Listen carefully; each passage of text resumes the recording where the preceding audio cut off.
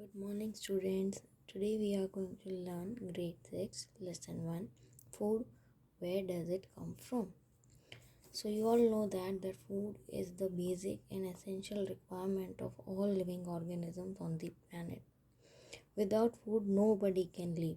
So, let us crack that where this food is coming from. So, here the food is further classified into what are the sources of food and food habits of animals. So let us see that what are the sources of food. The basic sources of food are from plants, animals and other. In plants, we are getting the food from the vegetables, cereals, fruits, spices, beverages and sugar. These all are the major components of food that we are eating every day. Vegetables, either they are coming from the root, stem, fruit, flower, okay, and cereals that you know that they are the seeds, and cereals mostly are coming from the grasses.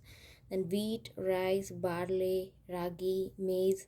Then fruits, we all know that our favorites, that fruit can be mango, banana, pineapple, chiku, walnut, cashews, almonds, etc. Spices are the kind of food that add flavor to our food, that add a particular flavor to our food. For example, cardamom and clove is also used for tooth decay, and it is also a very good medicine remedy. Other than that, spices, they make our food tasty, and they make it flavored. Beverages means drinks. So beverages are also coming from the plant, and these plant products, for example, beverages are tea and coffee. Sugar we are getting from the sugar beet, and we are also getting it from,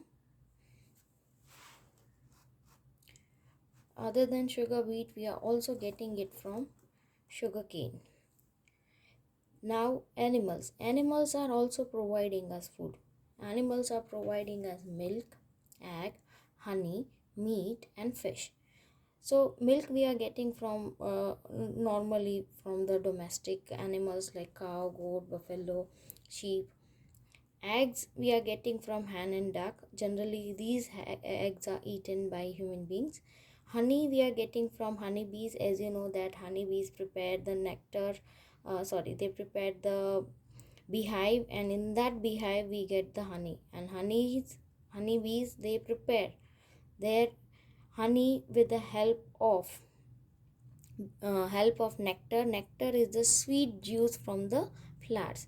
Then meat is we are getting from the male, generally from the male animals like cow, goat, buffalo. Then fish definitely we are getting from the water. Okay, so this fish we are getting, the examples of fish are ruhu and katla. And fish are the best source of proteins. Then salt we are getting from the sea, and you know that's what sea, from the sea, that water is evaporated and we are getting the salt.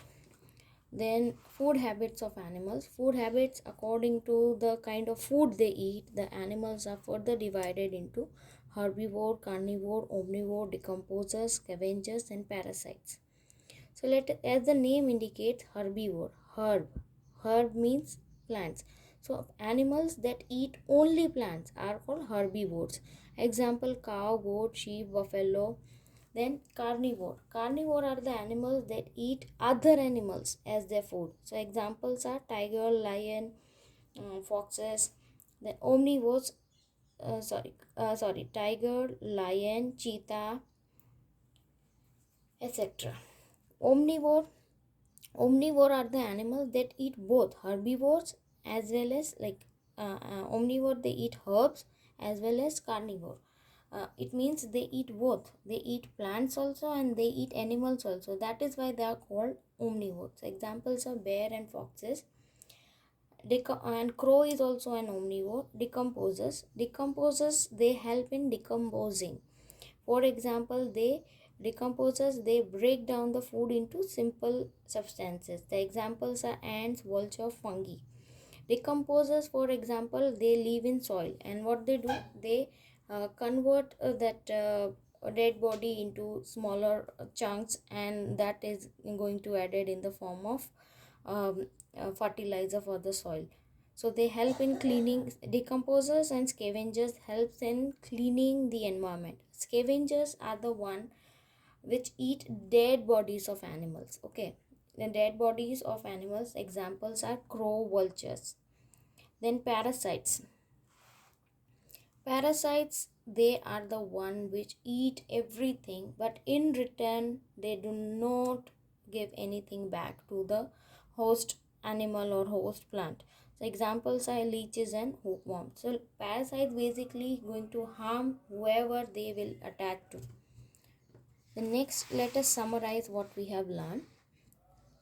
All living organisms need food to survive and perform different activities. Plants are called producers as they can prepare their own food. As I said earlier also, that nobody can prepare their food except plants in this world, because they have the chlorophyll, and chlorophyll trap the sunlight and convert it into glucose.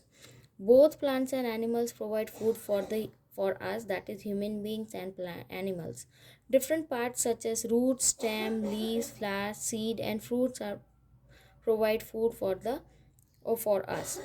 A number of food products like milk, curd, butter, ghee, paneer, eggs, meat, and honey are provided by animals.